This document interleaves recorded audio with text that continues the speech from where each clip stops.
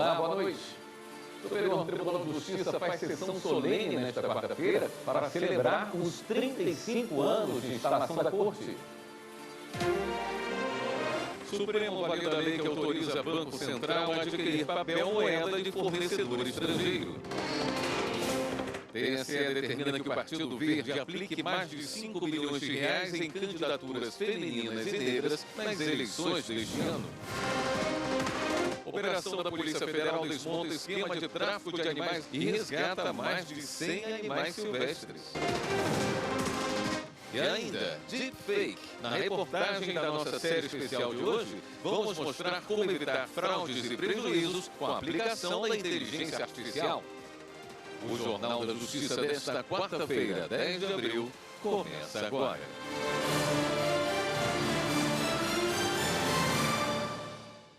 Deepfake. Você vai ver agora, no terceiro episódio da nossa série especial, como evitar fraudes e prejuízos com a aplicação da inteligência artificial. A repórter Carolina Chaves traz a história de uma advogada que quase caiu em um golpe por videochamada que utilizou essa tecnologia.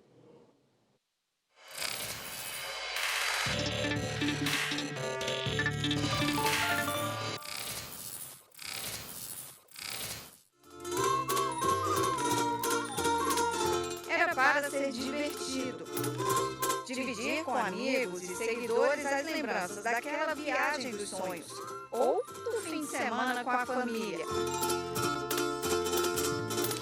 Só que a felicidade exposta nas redes sociais também pode ser a fonte de um grande problema, as falsificações.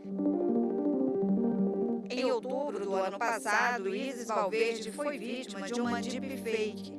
Fotos da atriz foram alteradas com o uso da inteligência artificial para fazer falsos nudes divulgados na internet. Dias depois, a mesma técnica foi utilizada por alunos deste colégio no Rio de Janeiro contra colegas da escola. Meninas com idade de 13 a 16 anos. Nos dois casos, as imagens usadas para as falsificações foram coletadas em sites de relacionamento.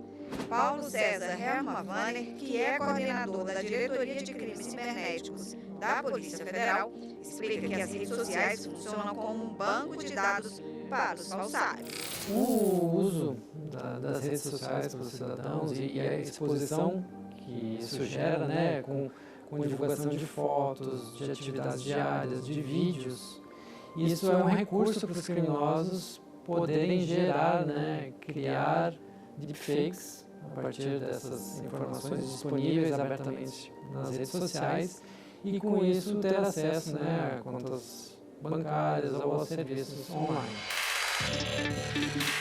Além de restringir o acesso às redes sociais, é importante ficar atento a algumas dicas de especialistas. Por mais realistas que sejam, as chamadas deepfakes ainda apresentam pequenas falhas que podem ajudar a impedir que você caia em um golpe. Os avatares criados com inteligência artificial tendem a piscar com menos frequência e tornar os movimentos mecanizados. Também é preciso ficar atento aos erros de iluminação, sons metálicos e não naturais. Uma recomendação é assistir aos vídeos várias vezes em velocidades diferentes. E quando a falsificação é numa chamada em tempo real? Sim, a tecnologia já permite que criminosos utilizem a imagem e a voz de outra pessoa para fazer chamadas de vídeo e aplicar golpes. Eu, mesmo como criminalista, ainda não tinha ouvido falar desse tipo de fraude, de golpe, utilizando o nosso rosto em uma videochamada. E eu fiquei extremamente assustada e comecei a dar uma olhada, pesquisada, né? E realmente vi que isso já tem acontecido. Existem apps, aplicativos que podem trocar o nosso rosto, né? Que podem trocar a nossa voz, simular a nossa própria voz já captada.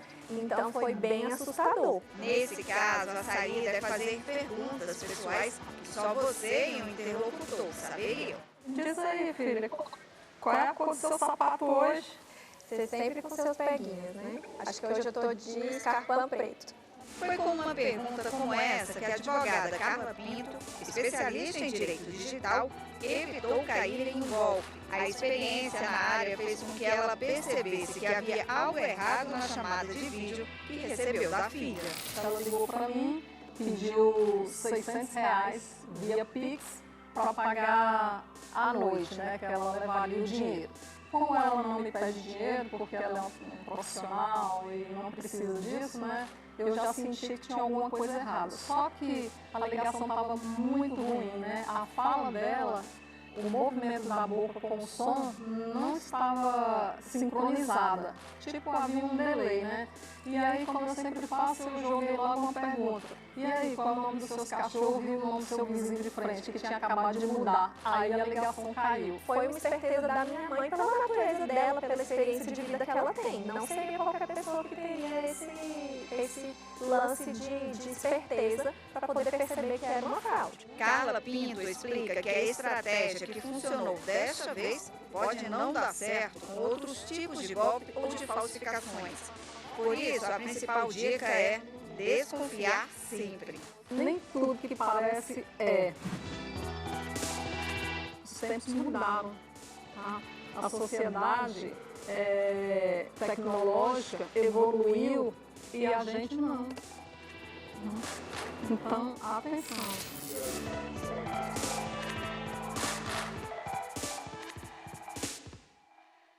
O Superior Tribunal de Justiça está comemorando o aniversário e daqui a pouco será realizada uma sessão solene para celebrar os 35 anos da Corte Cidadã, com transmissão ao vivo aqui pela TV Justiça. Agora vamos assistir a uma matéria da repórter Marina Campos, que conta um pouquinho da trajetória do Superior Tribunal de Justiça. Uma história que se confunde com o novo tempo que o país vivia. Foi com a Constituição de 1988 que nasceu o Superior Tribunal de Justiça. O plenário conclui o capítulo do Poder Judiciário. Agora o Supremo Tribunal Federal vai fiscalizar o cumprimento da nova Constituição. O Superior Tribunal de Justiça foi criado para analisar os processos em última instância. 6 meses após a promulgação da Constituição, em 7 de abril de 1989, foi instalado o STJ. E uma nova sede com projeto assinado por Oscar Niemeyer representava o peso e a grandiosidade da missão. O Niemeyer, ele queria que a sede fosse concebida à altura da importância da casa, né? Todo o cálculo estrutural feito para a nova sede foi feito levando em consideração o peso dos processos, né? Processo físico, né?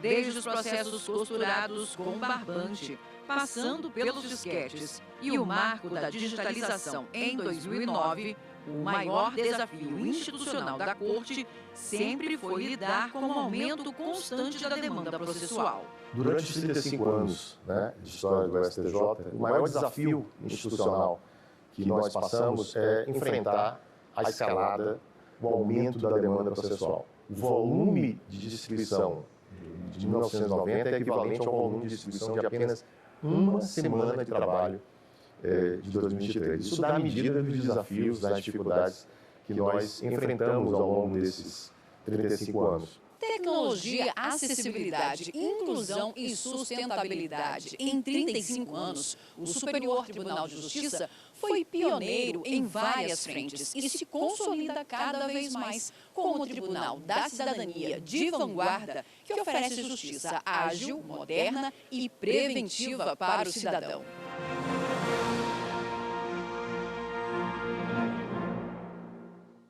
E pela manhã também foi realizada uma sessão solene no Congresso Nacional para celebrar os 35 anos de criação e instalação do STJ. Vamos ver como é que foi. A sessão solene foi realizada no plenário da Câmara. A presidente do STJ, a ministra Maria Tereza de Assis Moura, e diversos ministros da atual composição e aposentados do STJ participaram da solenidade, além de representantes de outros tribunais superiores e do sistema de justiça de diversos países. O presidente do Senado, Rodrigo Pacheco, que conduziu a sessão, ressaltou a relevância da criação do STJ pela Constituição de 1988 e o papel ativo da Corte nos últimos anos como Tribunal da Cidadania. A ministra Maria Tereza de Assis Moura agradeceu a homenagem do Congresso Nacional e, em nome do STJ, destacou que nessa trajetória de mais de 3 décadas, a Corte evoluiu e é referência na prestação de uma justiça ágil, moderna, preventiva e cidadã, O ministro do Supremo Tribunal Federal, Edson Fachin, e representantes do Ministério Público e de entidades como a Ordem dos Advogados do Brasil também prestaram homenagens e destacaram o compromisso do STJ na missão de uniformizar as leis conforme prevê a Constituição Federal. A seguir, STF valida a lei que autoriza o Banco Central a adquirir papel moeda de fornecedor estrangeiro. E todas as informações sobre os julgamentos de hoje pelo plenário do Supremo Tribunal Federal. Volto já.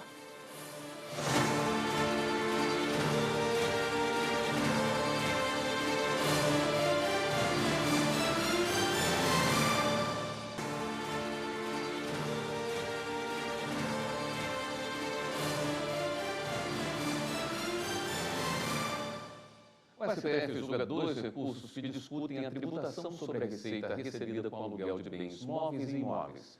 Ambos têm repercussão geral reconhecida, o que significa que a tese a ser fixada pelo STF no julgamento deverá ser adotada pelos demais tribunais nos casos semelhantes. Marta Ferreira tem as informações.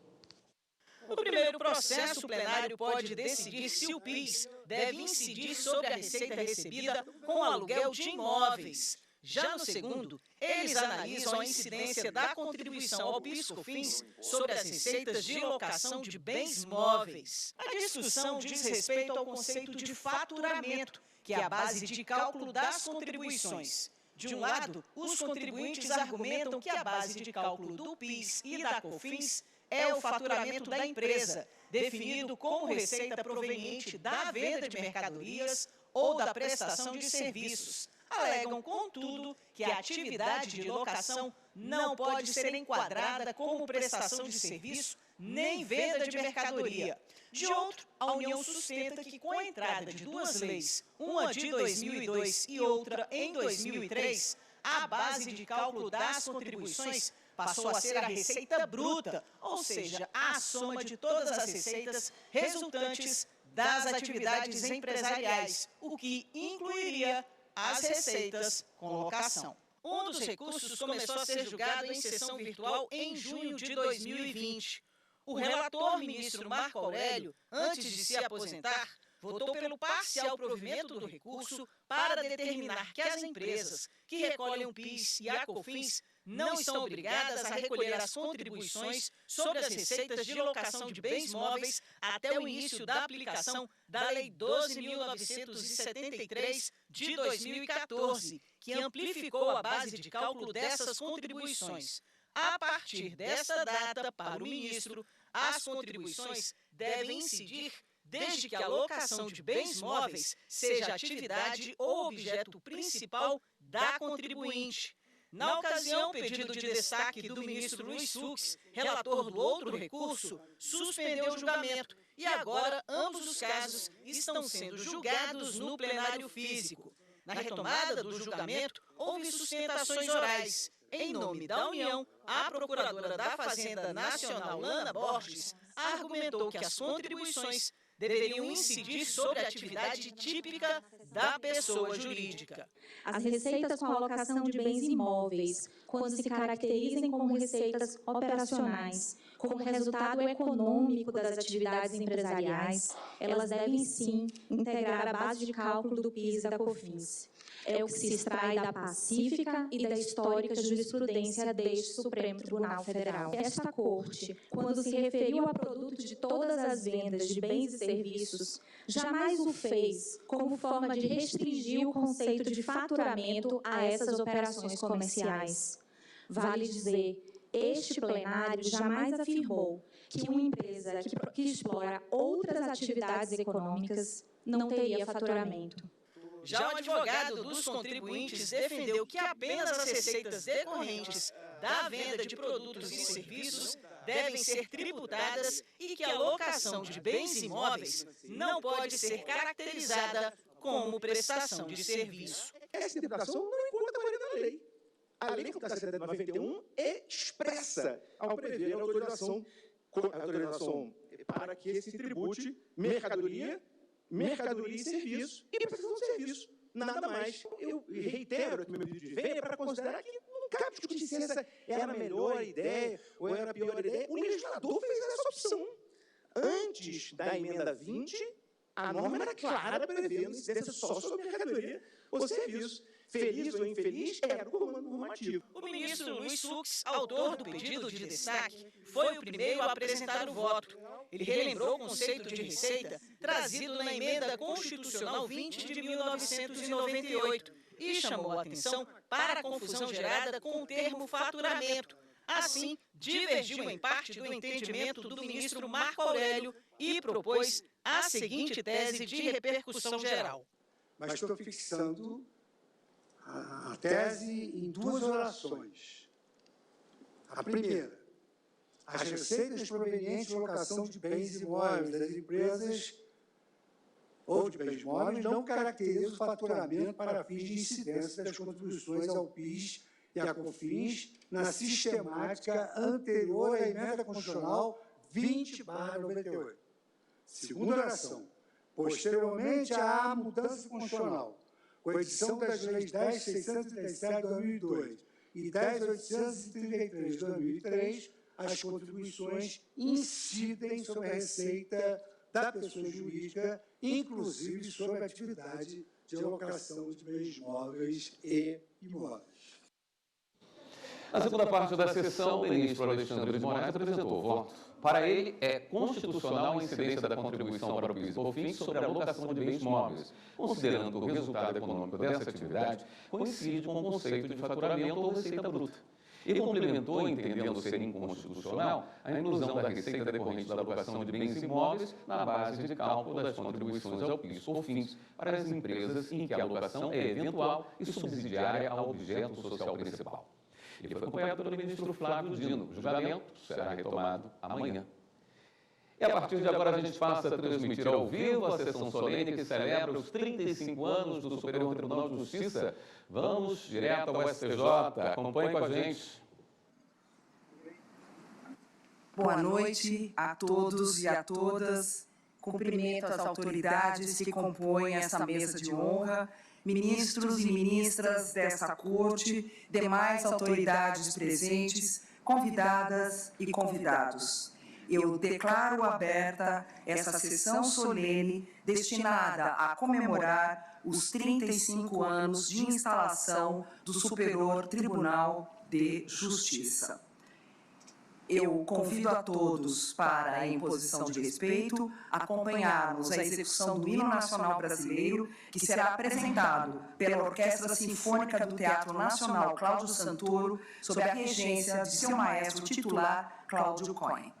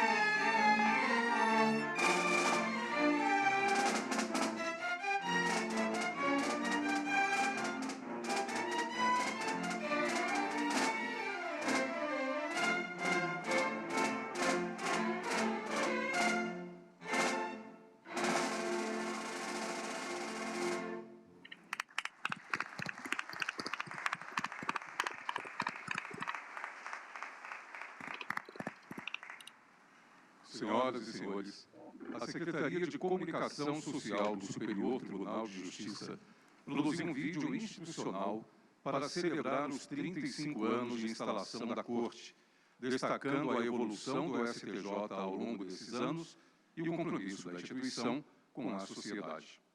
Convidamos-lhes a assistir este vídeo informativo que celebra os nossos 35 anos com uma visão abrangente do passado, presente e futuro do STJ.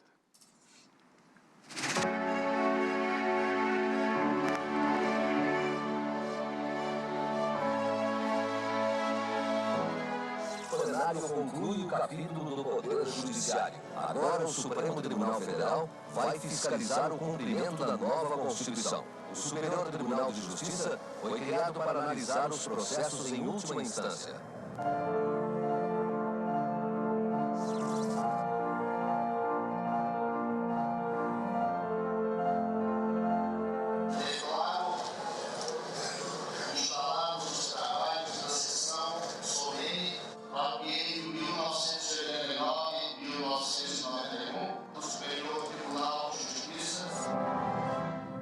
Sede assinada por Oscar Niemeyer, projetada para espelhar a magnitude da missão da nova Corte de Justiça que emergia no Brasil.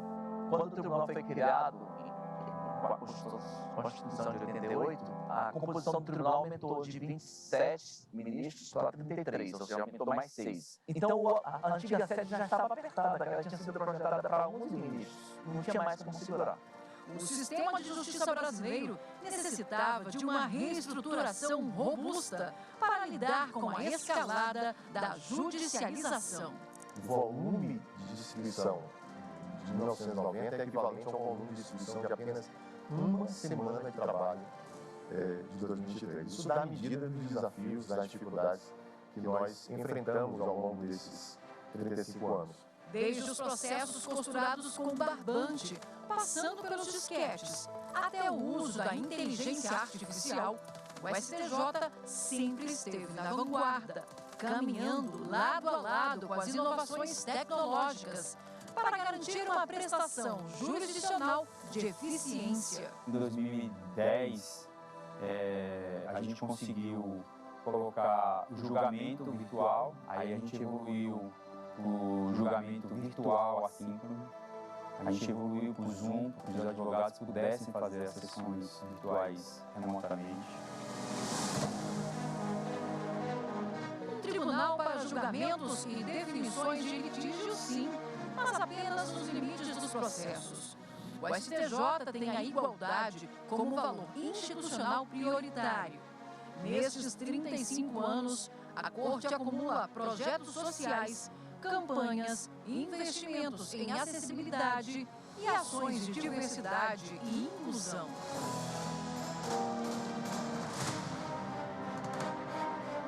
"35 anos de história.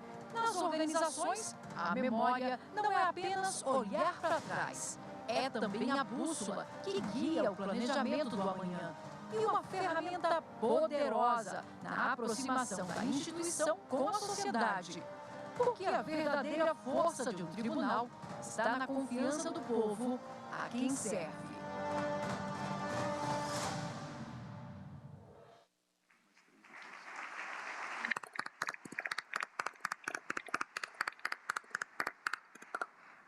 Neste momento, daremos início ao lançamento do selo personalizado e do carimbo comemorativo alusivos aos 35 anos do Superior Tribunal de Justiça.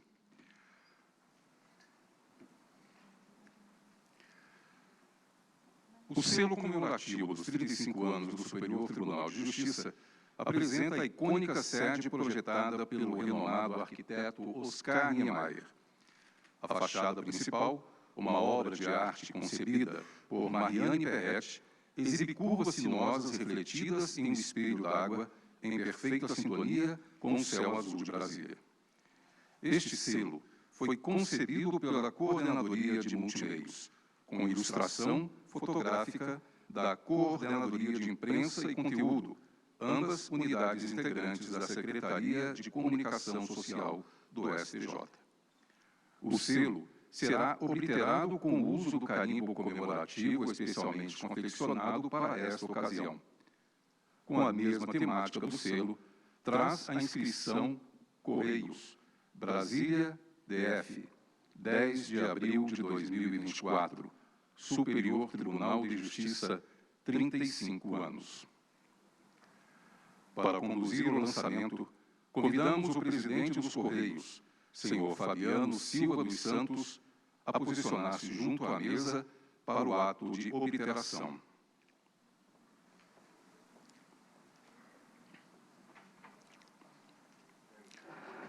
Para a obliteração, o presidente dos Correios convida a senhora presidente do Superior Tribunal de Justiça do Conselho da Justiça Federal, ministra Maria Tereza de Assis Moura. O presidente dos Correios entregará à senhora ministra presidente um álbum com as peças lançadas e uma réplica do carimbo comemorativo.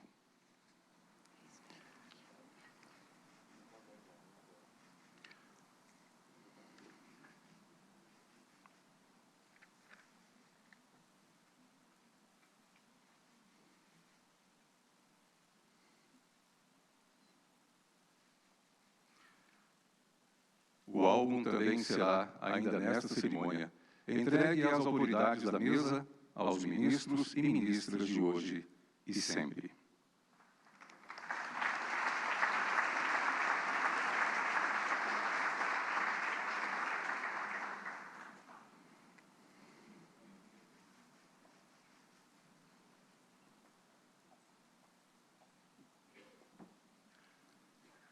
Com a palavra, o presidente dos Correios, senhor Fabiano Silva dos Santos.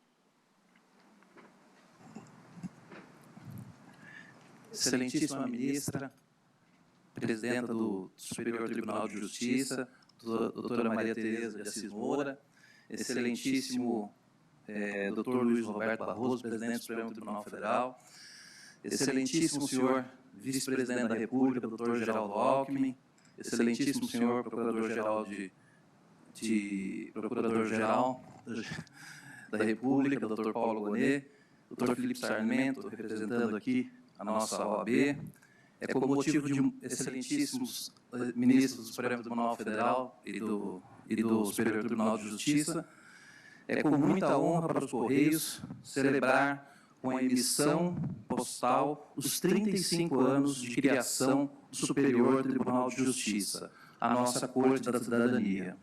Em um país marcado por desigualdades, o STJ tem desempenhado não só a missão de dirimir controvérsias, mas assegurar direitos fundamentais e proteção a grupos historicamente marginalizados. Por meio de precedentes históricos, o STJ tem dado concretude ao exercício de direitos, que envolve a plenitude de existência e dignidade dos cidadãos. Assim como a missão dessa nobre corte, o papel dos Correios também está ligado ao aperfeiçoamento da democracia e ao cumprimento da nossa Constituição em sua totalidade. A estatal atua na promoção da igualdade, do direito à informação e da conexão de todas as brasileiras e de todos os brasileiros, onde quer que estejam. Além de impulsionar negócios do pequeno artesão ao grande marketplace, os Correios são o único representante do Estado presente nos mais longínquos municípios desse país. Por isso, temos orgulho em dizer que, muito além das milhões de cartas e encomendas entregues todos os dias, os Correios também levam cidadania ao povo brasileiro. Hoje, ao eternizarmos a relevância do Superior Tribunal de Justiça, por meio dessa emissão postal, enaltecemos também a força das nossas instituições democráticas. Que o Superior Tribunal de Justiça siga avançando no ideal de se tornar uma corte sempre conectada com as grandes questões sociais e seja vista cada vez mais como referência de uma instituição eficiente e comprometida com o Brasil. Muito obrigado.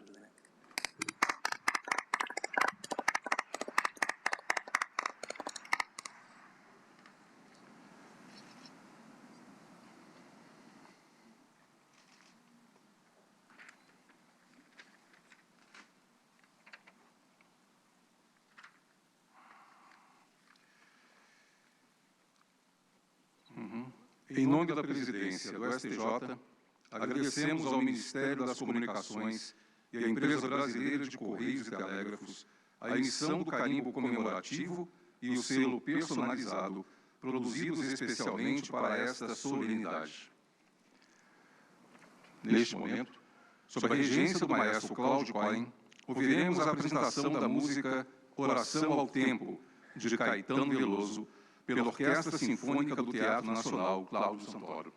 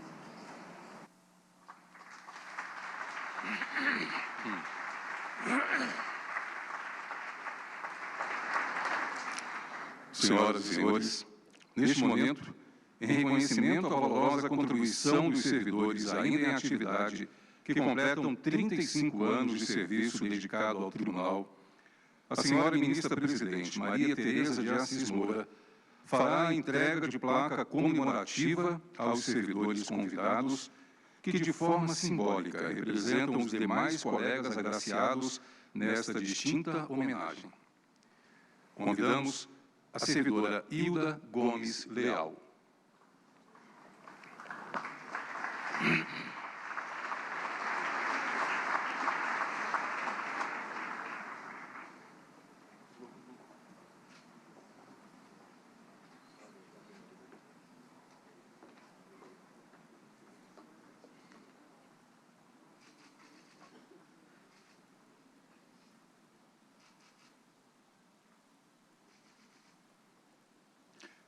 E o servidor Carlos Alberto do Carmo Reis.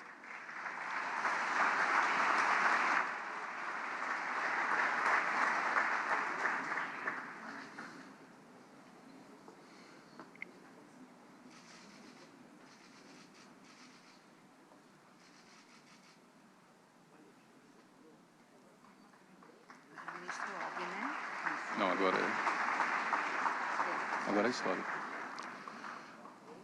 A história do STJ tem seus antecedentes na Justiça Federal com o extinto Tribunal Federal de Recursos, TFR, cujas atribuições foram transferidas aos tribunais regionais federais, conforme estabelecido na Constituição de 1988. O STJ incorporou a estrutura material do tribunal extinto. Magistrados e servidores também passaram a integrar o quadro da nova Corte. Em reconhecimento aos anos de serviço dedicados ao Tribunal Federal de Recursos e também em comemoração ao seu centenário, convidamos o servidor aposentado Antônio Vilela para receber uma placa em sua homenagem das mãos do senhor ministro vice-presidente Og Fernandes.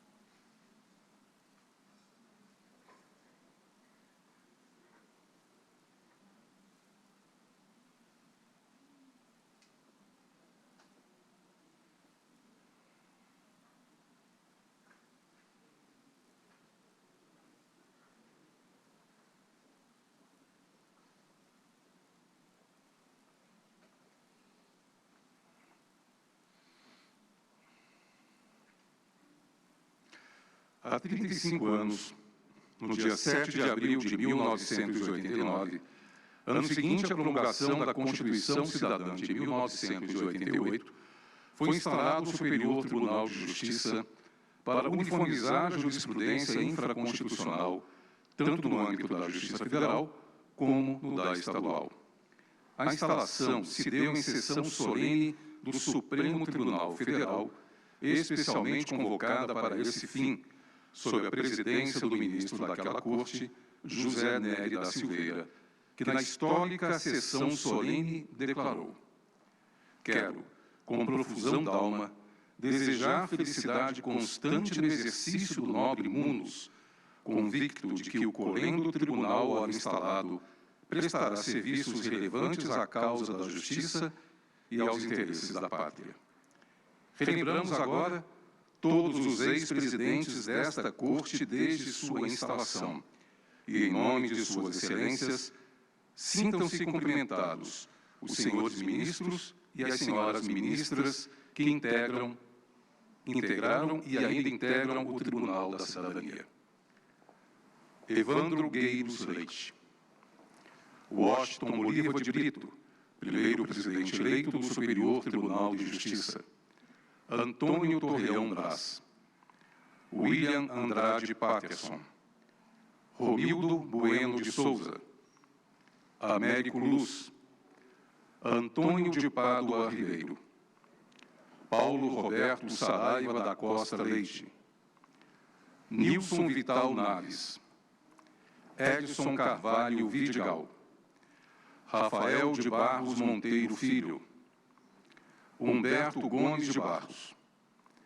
Francisco César Asfor Rocha. Ari Pargender. Félix Fischer. Francisco Cândido de Melo Falcão Neto. Laurita Hilário Vaz. João Otávio de Noronha. Humberto Eustáquio Soares Martins. E em agradecimento por suas relevantes contribuições no exercício do cargo de presidente do Superior Tribunal de Justiça ao longo de sua história, a senhora ministra-presidente Maria Tereza de Assis Moura e o senhor ministro vice-presidente Og Fernandes entregarão placas de homenagem aos ex-presidentes desta Corte presentes nesta cerimônia. Ministro Antônio de Pádua Ribeiro, biênio 1998 a 2000. Ministro Paulo Costa Leite, biênio 2000 a 2002.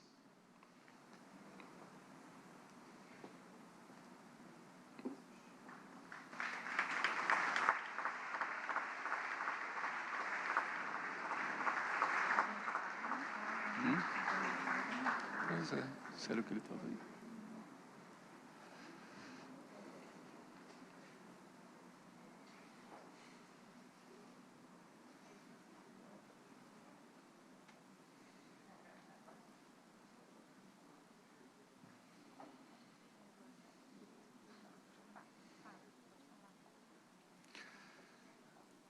Ministro Nilson Naves, biênio 2002 a 2004.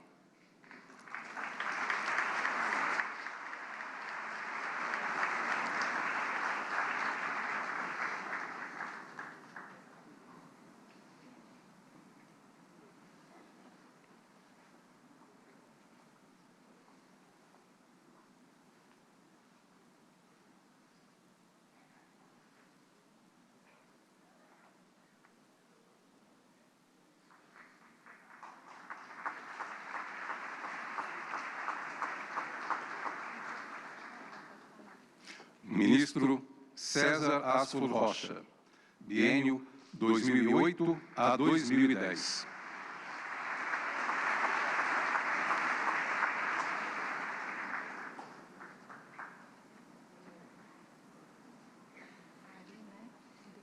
Isso.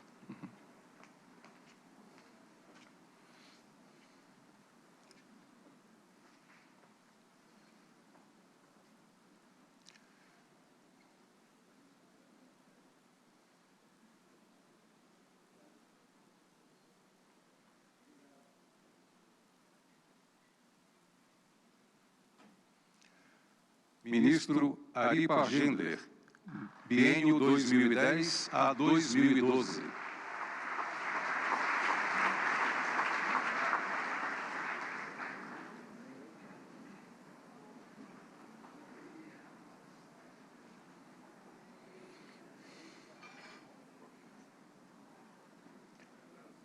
Ministra Laurita Vaz, biênio 2016 a 2018.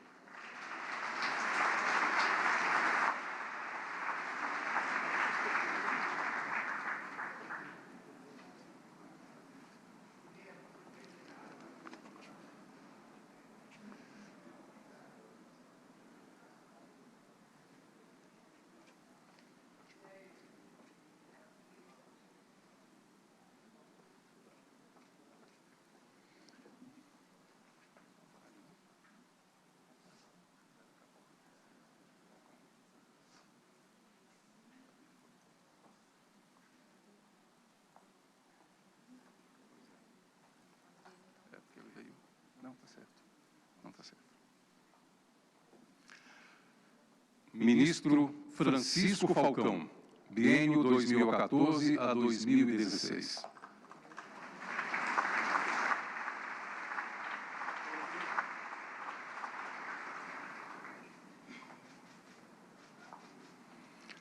Ministro João Otávio de Noronha, biênio 2018 a 2020.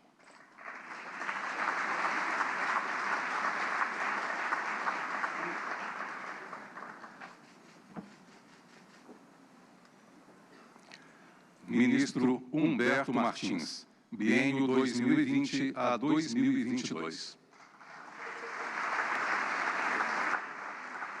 Não está certo. Não está certo, porque são aposentados e informativos.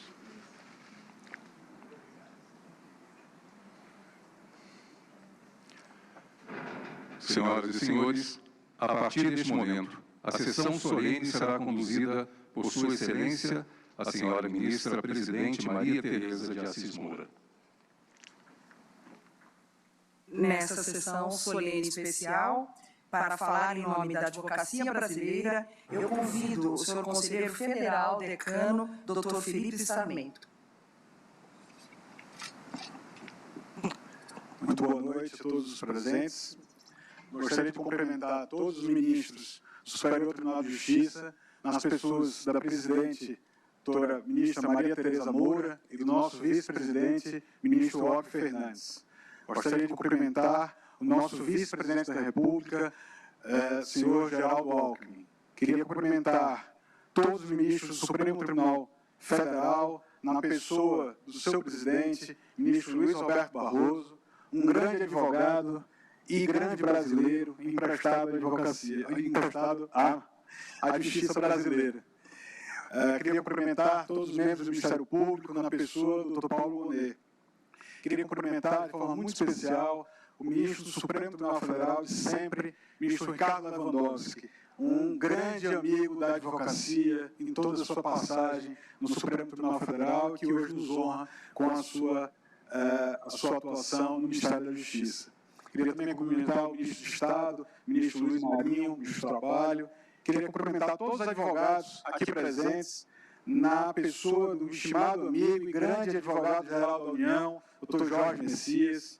Queria cumprimentar em especial os representantes da advocacia pelo 5º Constitucional no STJ, a nossa ministra Maria Tereza Moura, nosso presidente, nosso ministro João Otávio de Noronha, querido ministro Antônio Carlos Ferreira, ministro Ricardo Cueva, ministro Sebastião Reis, e a minha querida amiga e companheira de OAB de tantos anos, ministra Daniela Teixeira. Queria, por fim, cumprimentar todos os ministros de sempre aqui presentes, ministro Jorge Mussi, que também perfilou grandes trabalhos na advocacia, na OAB, em Santa Catarina, e também a ministra Suzete Magalhães. Senhoras e senhores, é com profundo respeito e admiração que me dirijo a este plenário para, em nome da advocacia brasileira, saudar o aniversário de 35 anos do Superior Tribunal de Justiça. Tenho muito orgulho de estar aqui hoje, designado pelo presidente nacional da OAB, Beto Simonetti, para trazer saudações calorosas a este tribunal, que ao longo de mais de 3 décadas consolidou-se como um pilar essencial para a justiça e para a sociedade brasileira. Aos olhos da advocacia, a criação do STJ representou um marco na evolução do sistema jurídico do nosso país, garantindo a uniformidade na interpretação das leis federais e contribuindo para a estabilidade e previsibilidade das relações jurídicas. Não é à toa, senhoras e senhores, que conhecemos esta casa como o Tribunal da Cidadania. Isto porque seu papel transcende a mera aplicação da lei, abraçando a missão de promover a justiça social e garantir os direitos fundamentais dos cidadãos. A história do STJ se confunde, portanto, com a história do período democrático mais longevo do país, ministro Luiz Marinho, em que os valores e princípios idealizados na Constituinte foram sendo consolidados. Como porta-voz da advocacia nessa sessão, é meu dever destacar a sensibilidade com que este tribunal tem tratado as questões referentes às prerrogativas daquelas e daqueles que militam para fazer valer os direitos de seus representados. A trajetória do STJ é repleta de julgamentos emblemáticos, em que foram preservadas e fortalecidas as prerrogativas da advocacia, essenciais para a adequada representação dos cidadãos. Falo aqui da inviolabilidade dos escritórios, do sigilo das comunicações com clientes, das sustentações orais do direito de ser recebido em audiências pelas ministras e pelos ministros desta Casa. Todas são prerrogativas das quais a OAB não abre mão, ministro Cristiano Zanin. Há poucos anos, quando exercia a presidência do STJ, o ministro Humberto Martins, sempre presidente da OAB de Alagoas, bem destacou que a Ordem atua não só na defesa da advocacia, mas atua na defesa e vigilância do Estado Democrático de Direito. Essa é a nossa missão. Ao reconhecer a importância do trabalho dos advogados, o STJ fortalece a cidadania e promove um ambiente mais justo para todos. Outro tema muito caro à advocacia e a esta Casa é a composição dos tribunais com a assegurada representação dos advogados, da magistratura e do Ministério Público, dos advogados que aqui já cumprimentei e os representantes do Ministério Público nesta Casa cumprimento em nome do nosso ministro Schietti. O dispositivo do 5º se mostrou, ao passar das décadas, como mais um acerto da Constituição da República. E temos aqui, justamente no STJ, o exemplo maior de que um debate propositivo e respeitoso, alimentado pelas contribuições de outros ministros oriundos das diferentes funções essenciais da Justiça, por suas variadas experiências e visões de mundo, resulta em uma prestação jurisdicional de excelência, como a que faz o ministro Mauro Campbell. Quero também destacar que a Ordem dos Advogados do Brasil renova, nesta oportunidade, seu compromisso de atuar em parceria com a STJ, por um sistema de justiça mais célere, eficiente, justo e acessível para todos os brasileiros. Também estaremos sempre na linha de frente da defesa deste tribunal, cuja existência é condição sine qua non para a realização dos princípios do Estado Democrático de Direito. Zelar pela democracia e pela Carta Constitucional são as missões da Ordem, o que inclui, logicamente, o resguardo do STJ. A história deste tribunal é marcada por decisões que refletem a evolução da sociedade e do direito, abordando temas complexos e sensíveis com sabedoria e equilíbrio. Nesse sentido, é fundamental destacar o papel do Tribunal da Cidadania na interpretação de diversos temas de direito público, privado e criminal, contribuindo decisivamente para a segurança jurídica e o desenvolvimento econômico do país. Suas decisões são referência para a doutrina e para a prática jurídica. Além disso, o STJ tem sido um baluarte na salvaguarda dos direitos fundamentais, assegurando a proteção dos mais vulneráveis e promovendo a dignidade humana. Suas decisões em matéria de direitos humanos, ministro Herman Benjamin, direito à saúde e acesso à justiça, assim como ambiental, são exemplos concretos de como o tribunal tem exercido seu papel de guardião das leis e dos valores democráticos. É também digno de nota o esforço contínuo do STJ sob diferentes presidentes na modernização e na eficiência do Poder Judiciário. E por esse motivo, em nome da advocacia, agradeço ao tribunal. Afinal de contas, a adoção de tecnologias e a implementação de práticas inovadoras tem tornado a justiça mais acessível e ágil, aproximando o tribunal do cidadão e garantindo uma resposta judicial tempestiva e efetiva. No entanto, as novas tecnologias, como inteligência artificial e computação quântica, não trazem apenas benefícios e boas notícias. Elas são acompanhadas também por desafios que precisarão ser enfrentados e resolvidos pelo Judiciário, assim como pelo CNJ, ministro Luiz Felipe Salomão, nosso grande corregedor. Saibam, senhoras e senhores, que a OAB se coloca como uma aliada de primeira hora para buscar, com o STJ, as soluções demandadas por essa nova quadra em que nos encontramos. Encaminhando minha fala para o encerramento, quero destacar que celebrar os 35 anos do STJ significa enaltecer os avanços na construção de um sistema de justiça mais justo, eficiente e alinhado com as necessidades e os anseios da sociedade brasileira, ministro Falcão. Nessa data, temos uma oportunidade para refletir sobre o caminho já percorrido e para reafirmar nossos compromissos com os ideais de justiça e de democracia presentes na Constituição. A história do STJ transmite com segurança e apego as leis e a Constituição como resposta aos momentos e situações de dificuldades, crises e incertezas, ministra Fátima. Como disse o jurista Bernardo Cabral, ex-presidente nacional da OAB e relator-geral da Constituinte, a Constituição, ministro Barroso, certamente não é perfeita. Quanto a ela discordar, sim. Descumprir, jamais. Afrontá-la, nunca.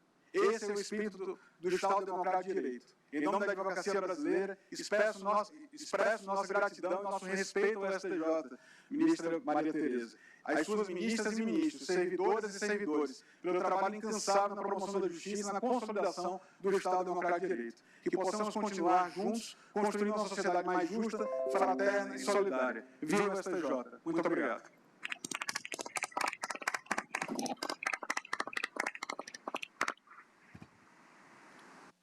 Eu agradeço as palavras do Dr. Felipe Sarmento e convido, neste momento, para fazer a palavra em nome do Ministério Público, Sua Excelência, o Senhor Procurador-Geral da República, Dr. Paulo Bonet Branco. Senhora Presidente do Superior Tribunal de Justiça, Ministra Maria Tereza de Assis Moura, Senhor Vice-Presidente da República, Dr. Geraldo Alckmin, Senhor Ministro Presidente do Supremo Tribunal Federal, Roberto Barroso, Senhor Conselheiro Decano da OAB, Dr. Felipe Sarmento, em nome de Vossas Excelências, eu cumprimento todos os presentes. É um dever cívico reconhecer sem inibição o bom achado do Constituinte ao conceber a arquitetura judiciária em vigor que nos vem propiciando a efetivação dos melhores ideais do regime republicano e democrático implantado em 1988. No caso do Superior Tribunal de Justiça, agora completando 35 anos de atividades, o regozijo sobe de ponto, proporcionalmente aos elevados méritos com que os trabalhos da Corte criada vêm sendo conduzidos pelos seus eminentes integrantes.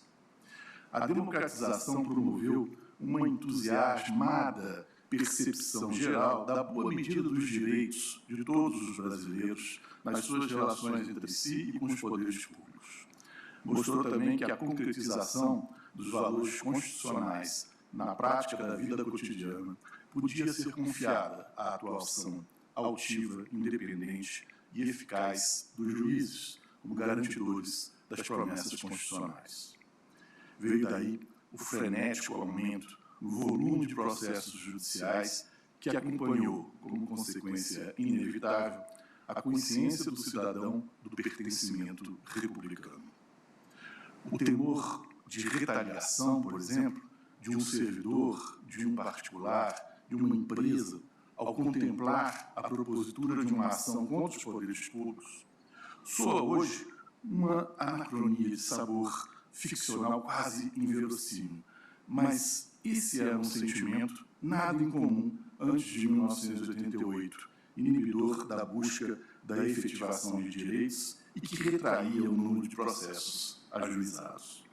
Ao longo dessas últimas 3 décadas e meia, o brasileiro descobriu que pode recorrer ao judiciário, não sentir medo de reivindicar os seus direitos e ter a confiança de que a sua causa será tratada com respeito e consideração.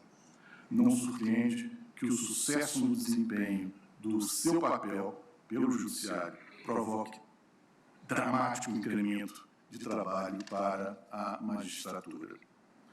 Sob o regime anterior a 1988, o Supremo Tribunal Federal lidava não apenas com temas estritamente constitucionais, mas também com os infraconstitucionais. E mesmo antes da redemocratização e de se romper o fenômeno da judicialização generalizada dos mais variados aspectos da vida social, o Supremo Tribunal já se ressentia da excessiva carga processual e se via na contingência de conter a sua própria competência no aperto de óbices regimentais ao conhecimento de recursos, tornando-os dependentes de prévio juízo de relevância formulado em decisões fechadas e de índole discricionária. A sabedoria da criação do Superior Tribunal de Justiça veio a permitir maior espaço para a atuação de uma corte incumbida constitucionalmente de definir o significado do direito federal para todo o país, produzindo com maior largueza o indispensável efeito da unificação de inteligências entre os tribunais. Ensejou assim a realização de um dos vértices da própria razão de ser do direito, de gerar previsibilidade de expectativas normativas, proporcionando segurança jurídica, imperativo da vida civilizada. A missão do STJ vem sendo desenvolvida como se esperava institucionalmente. O Ministério Público Federal tem a satisfação de contribuir para esse êxito, formando a composição do tribunal e atuando, quer como parte, quer como fiscal da lei, nos tantos processos que aqui aportam. O ponto a destacar é que a Corte, nesses 35 anos de existência, mais do que ser respeitada pela sua previsão constitucional, soube também arrebatar nacionalmente o reconhecimento pelos cidadãos da força moral dos seus julgados, invariavelmente concebidos, não só com esmero técnico, mas também com sensibilidade social. Nem mesmo o avassalador volume de processos com que o tribunal tem que se arranjar abala quer a qualidade esperada das decisões proferidas, quer a presteza que se pode razoavelmente aguardar dos seus ditames. O retrato positivo que o tribunal soube projetar na nossa sociedade civil é, sem dúvida, o resultado de uma bem calibrada estruturação normativa do sistema judiciário, mas é, sobretudo, a consequência da atuação denodada e valorosa dos ministros que conferiram e conferem seiva ao modelo ideado. Parabéns ao Superior Tribunal de Justiça, parabéns aos ministros e servidores que lhe delineiam a feição que enaltecemos hoje. Muito obrigado.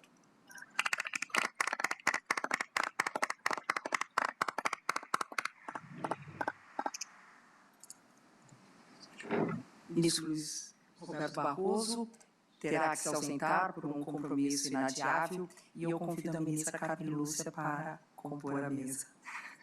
Com muita honra.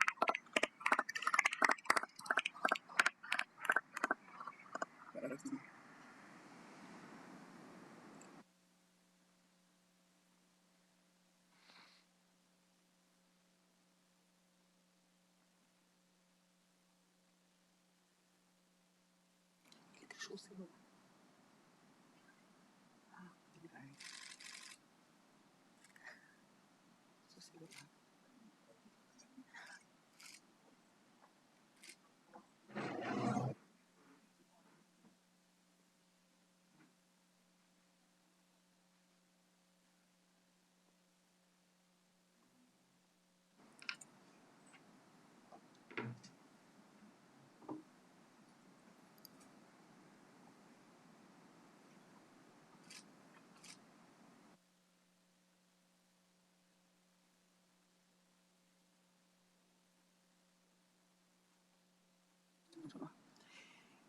Gostaria de registrar e agradecer a presença das autoridades que compõem a mesa de honra, Suas Excelências, o senhor Vice-Presidente da República Federativa do Brasil, Geraldo Alckmin, o Presidente do Conselho Nacional de Justiça e do Supremo Tribunal Federal, ministro Luiz Roberto Barroso, que até agora aqui esteve conosco, a ministra Carmen Lúcia, ministro Luiz Fux, que também conosco conviveu 11 anos, ministro Cristiano Zanin, ministro Mar Galvão, ministro Carlos Mário Veloso, o senhor Procurador-Geral da República, doutor Paulo Bonet Branco, na pessoa de quem saúdo os integrantes do Ministério Público, ao senhor Conselheiro Federal, decano da Ordem dos Advogados do Brasil, doutor Felipe Sarmento, e aqui estemos os meus cumprimentos aos presidentes e representantes das seccionais da Ordem que participam dessa cerimônia e demais advogados e advogadas. Eu agradeço com igual deferência a presença de Suas Excelências, as senhoras ministras e os senhores ministros do Superior Tribunal de Justiça de hoje e de sempre. Senhoras e senhores embaixadores, bem como demais representantes do corpo diplomático que prestigiam esta cerimônia, senhoras presidentes e senhores presidentes das Cortes Supremas e das Cortes Judiciais dos países ibero-americanos, bem como das Cortes participantes do Fórum Internacional Corte em Conexão, que se inicia amanhã nesta Corte. Senhoras e senhores integrantes das delegações das Cortes dos países aqui representadas, senhor Ministro da Justiça e Segurança Pública, querido Ministro Ricardo Lewandowski, senhor Ministro Advogado-Geral da União, querido Jorge Messias, e também o nosso prezado Ministro do Trabalho e Emprego, Luiz Marinho, senhoras e senhores parlamentares, senhoras e senhores ministros de cortes superiores, senhoras conselheiras, senhores conselheiros do Conselho Nacional de Justiça e do Conselho Nacional do Ministério Público, o senhor presidente do Tribunal Regional Federal da Primeira Região, desembargador federal José Amílcar Machado, em nome de quem cumprimento os presidentes e desembargadores dos tribunais regionais federais das 6 regiões que prestigiam essa cerimônia. O senhor defensor público-geral federal, doutor Leonardo Cardoso de Magalhães, na pessoa de quem cumprimento os ilustres integrantes da Defensoria Pública. A senhora presidente da Associação dos Magistrados da Justiça do Trabalho, juíza do trabalho Luciana Paula Conforte, demais autoridades dos poderes executivo, legislativo, judiciário, profissionais da imprensa, senhores e senhoras representantes do Sindijus e da ASTJ, senhoras e senhores servidores do Superior Tribunal de Justiça e do Conselho da Justiça Federal. Agradeço a todos que muito nos honraram e com suas presenças nos acompanham virtualmente nessa cerimônia. É com muita alegria que nos reunimos nessa sessão solene para celebrar os 35 anos de existência do Superior Tribunal de Justiça. Criada pela Constituição do Brasil de 1988, principal marco do processo de redemocratização do país, esta Corte foi efetivamente instalada no dia 7 de abril de 1989, com a missão de interpretar as leis federais e assegurar a sua aplicação uniforme em todo o território nacional, promovendo isonomia de tratamento entre os cidadãos e segurança nas relações jurídicas. 35 anos não é muito tempo na vida de uma instituição, mas nesse período de intensas transformações que se seguiu à redemocratização do Brasil, o STJ soube acompanhá-las e deu a sua contribuição para o fortalecimento da cidadania recém-resgatada. Nesse tribunal, são traçadas linhas que norteiam a atuação dos magistrados em todo o país e impactam de forma imediata a vida de milhões de brasileiros. Na prática, essa missão implica a defesa dos valores democráticos com base na ampliação de garantias constitucionais do indivíduo para atender às necessidades que vão muito além da proteção à vida e à liberdade. E no seu exercício, o STJ formou uma ampla jurisprudência voltada à aplicação concreta dos direitos mais essenciais, moldando a cidadania e fortalecendo o Estado de Direito em nosso país, tão plural e repleto de diversidade. Ao fim e ao cabo, o STJ assegura direitos que permitem ao cidadão participar ativamente da vida social, atuando, como disse o senador Rodrigo Pacheco nesta manhã, com uma verdadeira casa de fazer destinos, na construção de um país mais justo, livre e solidário. Por isso, recebeu o nome de Tribunal da Cidadania. Entre 7 de abril de 1989 e 21 de março deste ano, o tribunal julgou mais de 7 milhões e meio de processos. No mesmo período, proferiu mais de 2 milhões de decisões nos chamados recursos internos. São dados que estampamos com orgulho, mas que também nos preocupam. Afinal, de todos os desafios que o STJ tem enfrentado desde sua instalação, talvez o maior deles seja o volume de processos, que cresce a cada ano. Em 1990, com um ano de existência, o tribunal recebeu 19 mil processos. Em 2023, foram mais de 460 mil processos. Enfrentamos os números que crescem exponencialmente com inovação e criatividade. Se em 2009 o STJ iniciou a digitalização do seu acervo, dando a largada para se consolidar como a primeira corte digital do Brasil e desenvolveu em casa o sistema Justiça de tramitação processual, hoje tem investido na capacitação do corpo funcional, no aprimoramento dos fluxos de trabalho e em soluções tecnológicas, notadamente na inteligência artificial, para lidar com a expressiva demanda processual. Temos usado inteligência artificial em diversos pontos do fluxo de trabalho, a exemplo da autuação, classificação e triagem de processos, cumprimento de decisões e aprimoramento da página de jurisprudência. Também utilizamos inteligência artificial para a gestão processual, por meio de apontamento de processos com entendimentos convergentes ou divergentes, casos com matéria de notória relevância e ainda possíveis distinções ou superações de precedentes qualificados. Essa tecnologia vem sendo replicada em diversos tribunais estrangeiros e nacionais, desde o Supremo Tribunal Federal ao primeiro grau de jurisdição estadual e federal. Uma iniciativa exitosa são os acordos de desjudicialização. Usamos inteligência artificial, Big Data e jurimetria para demonstrar os pontos de reiterada ineficiência na atuação dos grandes litigantes. Com isso, são firmadas parcerias estratégicas, a exemplo das existentes com a Advocacia Geral da União e com o Ministério Público, o que tem permitido abreviar o trâmite processual em todas as instâncias, com ganhos expressivos para a sociedade. Porém, mesmo com todas as iniciativas adotadas nos últimos anos, o ritmo de crescimento de demanda projeta para 2035 um acervo de quase 1 milhão de processos. Esse quadro exige a implementação urgente do Instituto da Relevância da Questão Federal, fruto da Emenda Constitucional 125 de 2022.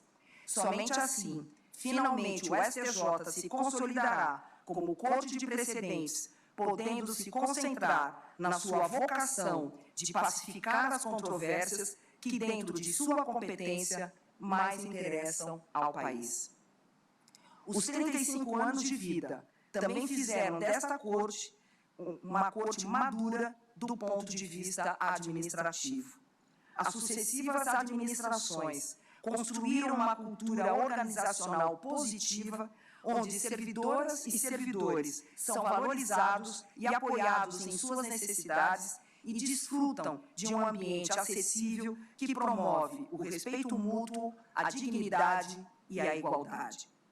Aprimorar os julgamentos e concluir os processos em prazo razoável, com sustentabilidade e responsabilidade social, formam o equilíbrio que buscamos todos os dias. Com a capacitação do corpo de servidores, o aperfeiçoamento dos processos de trabalho e o investimento na tecnologia, além das necessárias evoluções legislativas, vivemos uma realidade com potencial ilimitado de desenvolvimento nas próximas décadas. Esperamos, acima de tudo, que o futuro traga ao STJ a oportunidade de seguir atuando de maneira íntegra, cada vez com mais qualidade, rapidez e eficiência, na sua missão de distribuir justiça e consagrar direitos, especialmente para aqueles que mais precisam. Este sucesso só foi possível graças à inestimável contribuição de todos os ministros de hoje e de sempre, servidores e colaboradores que ajudaram a moldar a história e a reputação do Superior Tribunal de Justiça. Como costumava dizer o nosso saudoso amigo, ministro Paulo de Tarso Sanseverino, cada um de nós deve sempre se preocupar com qual é a nossa responsabilidade, o que cada um de nós pode fazer para que nós tenhamos um poder judiciário melhor e um mundo melhor. A notável dedicação com que exerceram as suas funções engrandeceu e certamente fez desta Corte de Justiça uma corte melhor, fortalecendo assim o Estado democrático de direito em nosso país. Por fim, agradeço às autoridades nacionais e estrangeiras que honram o Superior Tribunal de Justiça com sua presença nesta celebração. Sabemos da importância do apoio mútuo e do diálogo para a construção da justiça que todos almejamos. A participação dos senhores enriquece essa solenidade e evidencia a união e o compromisso coletivo em torno de um sistema judiciário íntegro, eficiente e equânime. Muito obrigada.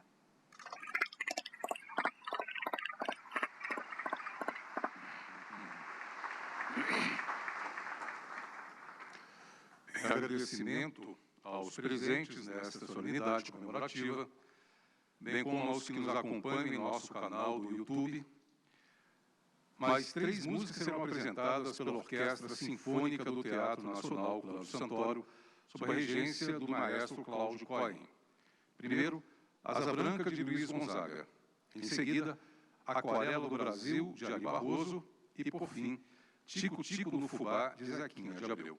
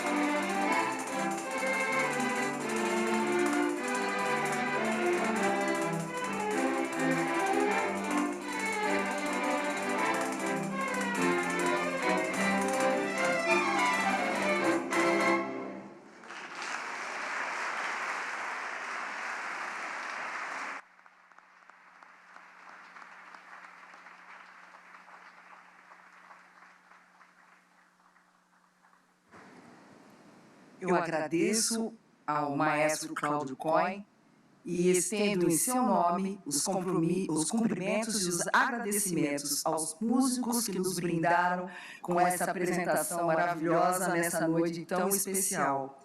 A Orquestra Sinfônica do Teatro Nacional Cláudio Santoro celebra neste ano seus 45 anos de existência. Parabéns à Orquestra Sinfônica e peço uma salva de palmas para eles.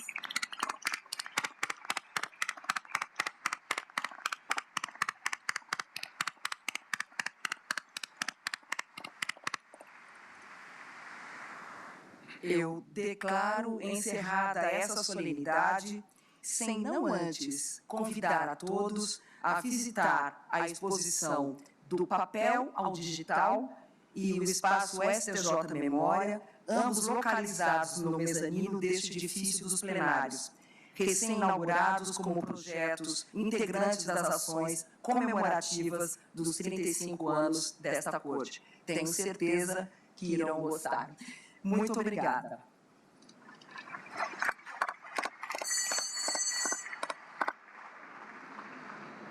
Informamos que a saída das autoridades da mesa de honra, das senhoras ministras e dos senhores ministros desta corte, bem como das autoridades acomodadas. Encerramos agora a transmissão da solenidade em comemoração dos 35 anos do STJ. Obrigada pela companhia. Continue com a programação da TV Justiça.